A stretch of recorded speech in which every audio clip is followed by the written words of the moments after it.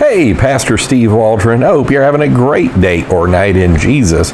We've been going on our morning videos through some year by year, decade by decade, half century by half century look at the Christian church. I'm Apostolic, focusing on the Apostolic Church, but looking at what's happening with other bodies around also. Like for Baptists, you may want to get the Scarlet Thread of Redemption. I know Local Church Bible Publishing had a good copy of that. I've got a copy or two. I don't think they're all the same, but it's really good. And there's a lot of crossing between the Apostolic movement and the Baptist movement over the centuries, because Baptists believe in adult believers' baptism, and we do as well. So some people that were called Baptist immersers or Anabaptists, some of them, a certain percentage, would be apostolic, non-Trinitarian. So let's get started. Some would believe in the essentiality of baptism, as basically in Christian writings, all manner of Christians did till at least 500 AD. So we're using Apostolic History Outline, Marvin Arnold, amazing book. I've said so much about it over the course of time. Great stuff. We're looking at the Justinian Code today. I've done a podcast or two. I was totally shocked when I really studied it, just how draconian it was for people like me who were outside the institutional church. So let's get started. 531 AD, Justinian was a Catholic emperor. He compiled Roman laws into the Novella. See Roth, page 35. You can get that lots of other places as well. Here were the basic laws the Vatican used in the Inquisition. To my knowledge, the Justinian Code, I've read this and when I was studying it, is still what underlies European law code today. There's Strasbourg, the wonderful Lutheran apologist that's there, all of this. Okay, AD 533, the Novella Roman laws constituted the Justinian Code, a right to kill law. E.D. Thompson, pages 38 through 40, and that was just true. If you didn't subscribe to the Trinity, to Catholicism, it was a right to die. Now, this is only one small part of the world. Of course, you've got the whole rest of the world, a lot of apostolics, a lot of other groups, heterodox groups, on and so forth. Under it, almost all non-Catholics could be slaughtered at will and their belongings confiscated. That's according to Bernstein and Green, page 112. Again, I hate to constantly mention this, but some people jump in, just they're not watching the whole series or something, that we did a bibliography that Marvin Arnold did, and some others as well at the beginning. So that's where you would find that previous videos. It was Earth's most inhuman and inhumane law. I don't know about that. I mean, you got Aztecs taking out 250,000 people, beating hearts and all that. Maybe means right at that moment. I don't know. Catholic inquisitional laws, the Zwangshaft and coercionism reign. Let's see. I'm trying to remember what Zwangshaft was. That is specifically cool Roman Catholic invention. Zwangshaft, maybe. Water baptism by force into the Trinity formula. My friend, Brother Paul Mooney, my pastor, has one of the most funny stories when he was a young evangelist about that. It's baptism that kind of went horribly wrong. I've had some of those too. Great numbers were forced into Catholicism. The Justinian Code meant genocide and confiscation of prophecies for Arians and others of non-Catholic religious organizations. E.D. Thompson, page 117. H. Trevor Roper, page 156. Again, that's just kind of common history knowledge. Secular history would acknowledge that. Under this law, Jews were mass murdered. Thompson, page 117. AD 563, Council of Braga was held.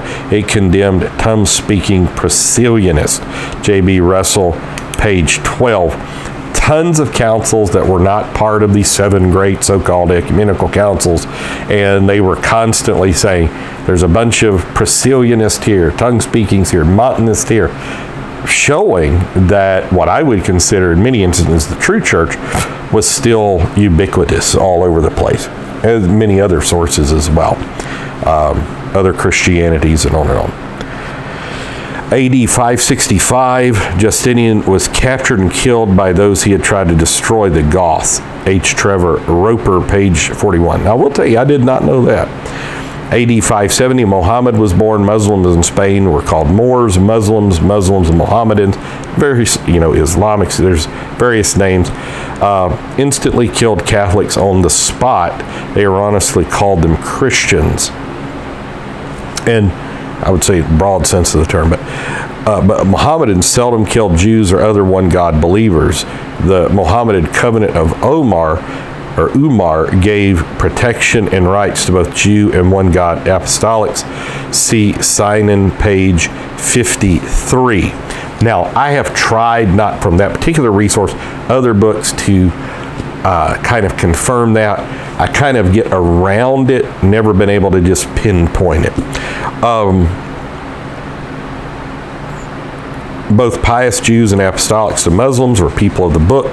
There was friendly trade between them. That's found on Blunt, page 15. Now, Blunt, I would consider a pretty good source. AD 597, Augustine, not the Confession, City of God Augustine, another one, a monk, was sent to Britain along with 40 other clerics by Pope Gregory I. Canterbury became a Catholic center, very famous, Canterbury Tales and all this. The Archbishop of Canterbury still leads the Anglican Church to this day, basically. The British Isles were full of oneness Celtic Apostolics, and Catholic Augustine made but little headway, according to E.D. Thompson, 106 to 108. And Delroy Gale, in a way called Heresy Our Roots, goes into that as well. A lot of that is probably true. Cooper has tremendous resources showing Great Britain had Christianity very early. When Eleutherius in like 160, a bishop of Rome, sent missionaries to the British Isles, they came back and said it's full of Christianity. So it was very, very early, and Cooper's got the receipts of when that happened. So the Catharai, which means the pure one, were people of the true Christian church and different organizations. They had Gothic Bibles, which he would say are oneness Bibles. They were definitely not Trinitarian Bibles. See C.F. Potter, page 174, which is interesting. Gail Ripplinger takes it from Gothic to Anglo-Saxon to Early English to Middle English to Modern English, King James Bible, which I remember reading in Final Authority, and it had like the earliest Old English quote at that time they could find. It was like maybe from 974 or something like that. And it says the Catholics, the monks, would put non-Catholic Christians in boxes full of rocks and push them down the hill. And then when they would open the box, the rocks would have broken their bones, and the people were like jelly. And I thought that was interesting. Upper room doctrine shined through the Dark Ages. The individualist makeup, yet doctrinal likeness of the Catharite organizations we mentioned, together with the courage of their refusal to conform to the norms of corrupt Catholicism, led them in the biblical way to maintain Acts 2:38 ecclesiology. Now, I will say not all Catharite, to my knowledge, were Acts 2:38. It was, again, they constantly emphasize this, lack of transportation, lack of electronics, lack of printing press. You could have 3 churches within 20 miles of each other that said they basically believed the same thing, and they would have large nuances of belief because of variations. You just didn't have the ability to have strong doctrine. This is why in Acts 14 they ordained elders plural in every city, so you could have that buttressing effect of maintaining doctrine. And so that's just how it was. Beyond the reach of Rome and outlying places such as Saxony, Frisia, the Netherlands, Languedoc, etc., and I'm probably mispronouncing that, there was whole organizations of Acts 2 Christians. See J.H. Blunt, page 15, Oldensburg, page 258.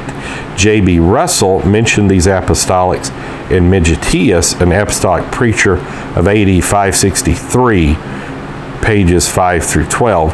Contrary to biased histories, it was through Montanism, Donatism, Samosatism, and Celtic Gothic doctrine that Acts 2, 1 through 4, 36, 38 tenets traveled. AD 502, Uflis, one God preaching, had paid off. H. Daniel Rops, 110. Indo-European tribes held Pentecostalism as in Acts 2. That's Neander, page 49. E.T. Thompson, 108. H. Daniel Rops, page 110, affirmed that the majority of people in Western European tribes had been baptized into the name Jesus Christ before settling in the Roman Empire. E.T. Thompson, 108. M. Lampert, 62. Neander, 49. That's just, again, the Vikings did. That's seen. Clovis did. Arians baptized in Jesus' name. And then you had sprinkled apostolic bodies. And so this is mainly focusing on Europe, but you had Arabia, you had Africa, all the way to China. Many people would say into the Americas as well. And there's a lot of neat archaeology. Like there's a Phoenician mine in Michigan from like 1500 BC. So, I mean, these people were saying they had a lot of knowledge, like the Anthratica mechanism, the old computer. They even found an old battery part in Baghdad from like the 4th century BC. Man, some of the modern cutting edge thoughts of what the Great Pyramid would be when it was really covered with limestone. Pretty amazing. Let's see, just a little more. AD 525, there was a controversy between Catholics and Apostolic Celts over baptism. N.C. Eberhard, 351. Most Western Europeans refused Rome's triune baptism. And that's probably true. The Celtic, we know for a fact from the Roman missionaries that were going, they said, well, they only baptize in one name of the Trinity. Most people assume that's Jesus' name. I'm not sure if that's ever just been totally conclusively shown to be true. So God bless you. Thanks for being with us. Join us daily. There's always been a church. We're going to keep going, God willing, in this series, at least in the mornings. We do some other stuff at night sometimes. See you later. Bye-bye.